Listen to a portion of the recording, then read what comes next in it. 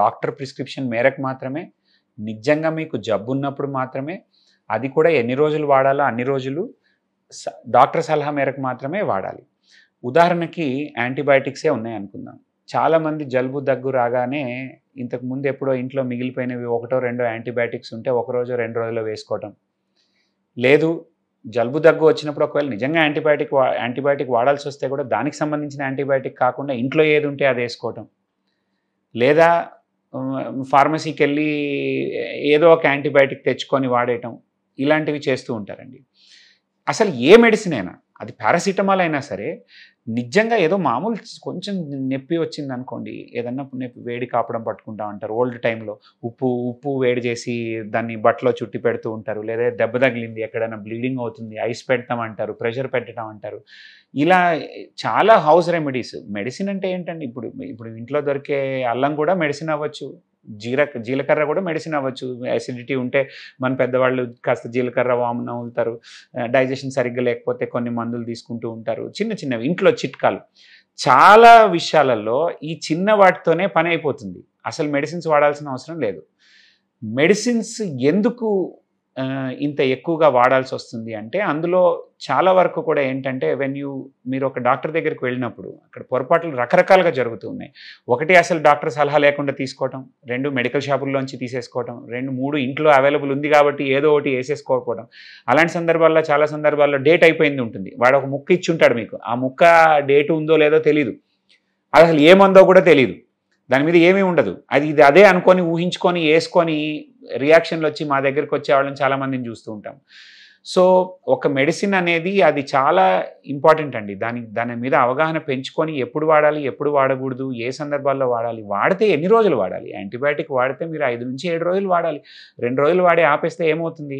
ఒక రకంగా చెప్పాలంటే, ఇలా యాంటీబయాటిక్లు 1 రోజు 2 రోజులు వాడి ఆపే వాళ్ళందరూ కూడా నా దృష్టిలో ఉగ్రవాదులతో సమానం. ఎందుకు అంటే, మీరు యాంటీబయాటిక్ వాడారు 2 రోజులు, మీకు వచ్చిన బ్యాక్టీరియా మీద అది పనిచేయదు. సో ఆ బ్యాక్టీరియా ఆ యాంటీబయాటిక్ రెసిస్టెంట్ అయిపోయే ఛాన్స్ ఉంటుంది. ఇలా రెసిస్టెంట్ అయిపోతే, యాంటీబయాటిక్లు పనిచేయకపోతే, నిజంగా పడి చావు బతుకుల మీద ఉన్నవాడికి ఆ యాంటీబయాటిక్ పనిచేయకపోతే ఆ వ్యక్తి చనిపోవచ్చు. సో ఆ వ్యక్తి చనిపోవడానికి ఇలాగా సగం పావు యాంటీబయాటిక్లు వాడేసి వదిలేసిన వాళ్ళు, అవసరం లేకపోయినా యాంటీబయాటిక్లు వాడేవాళ్ళు, లేకపోతే మెడికల్ షాపుల్లో ఇట్లా యాంటీబయాటిక్లు ఇచ్చేవాళ్ళు, వీళ్ళందరూ కూడా కారణం. సో ఒక రకమైన ఉగ్రవాదం అని నేను అంటాను నా ప్రకారం. సో ఈ మెడిసిన్స్ వాడే దగ్గర చాలా జాగ్రత్తగా ఉండాలండి. ప్రతిదానికి మెడిసిన్స్ మీద ఆధారపడాల్సిన అవసరం లేదండి. మీరు మెడిసిన్స్ వాడాల్సి వస్తే కూడా డాక్టర్ సలహా మేరకే వాడాలి. ఎన్ని రోజులు వాడాలో ఖచ్చితంగా అన్ని రోజులు వాడాలి. మీరు యాంటీబయాటిక్స్ మొదలుపెట్టినప్పుడు 2వ రోజుకే మీకు మంచిగా అనిపిస్తుంది, ఖచ్చితంగా అనిపిస్తుంది. ఎందుకంటే అది బాగా పనిచేస్తుంది కాబట్టి. అలాగని చెప్పి మీరు 2 రోజులే వేసుకుంటే అది రెసిస్టెన్స్ అయిపోతుంది. కాబట్టి డాక్టర్ సలహా మేరకు వాడండి. అలాగే స్టీరాయిడ్స్, ఇప్పుడు తొందరగా నొప్పి తగ్గాలి, లేకపోతే తొందరగా జబ్బు తగ్గిపోవాలి, వెంటనే జ్వరం తగ్గిపోవాలి, ఒక్క పూట కూడా జ్వరం ఉండటానికి వీల్లేదు, నా పని ఆగటానికి వీల్లేదు, నా జీవితంలో ఏ మార్పులు రావడానికి వీల్లేదు, ఇలా ఇలాగా ఉండే వాళ్ళతో ప్రాబ్లం.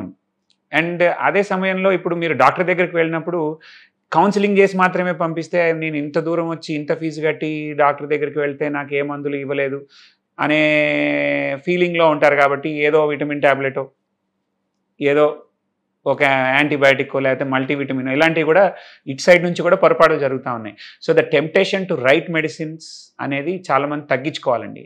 అది with practice and with age.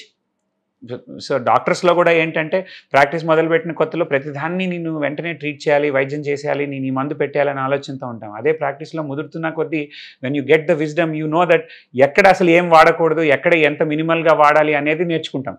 So the wisdom that A practitioner gets over long term is when not to use medicines, not when to use medicines.